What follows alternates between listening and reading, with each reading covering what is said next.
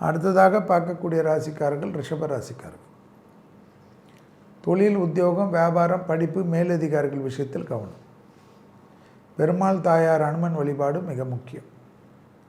நரம்பு சம்பந்தப்பட்ட உபத்திரம், தலைவலி சம்பந்தப்பட்ட உபத்திரத்தில் கவனமாக இருப்பது. சட்டத்துக்கு புறமானவர்கள் நிழல் கூட அண்டாமல் பாதுகாத்துக்கொள்வது. இழுபறியாக இருக்கக்கூடிய சிக்கல்களை பரிபூர்ணமாக பார்த்துக்கொள்வது. கையெழுத்திடுவதற்கு முன்பாக படித்து பார்த்துவிட்டு கையெழுத்திடுவது.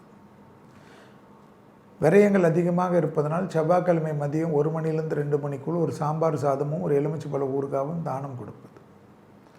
வார்த்தைகளுக்கும் மதிப்பும் மரியாதையும் ஏற்படக்கூடிய நல்ல காலகட்டம்.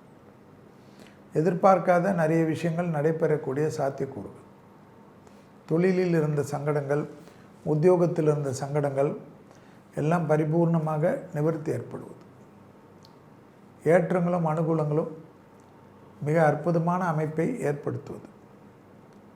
உத்தியோக ரீதியாக இருந்த சங்கடங்கள் எல்லாம் பரிபூர்ண நிவர்த்தி ஏற்படுவது.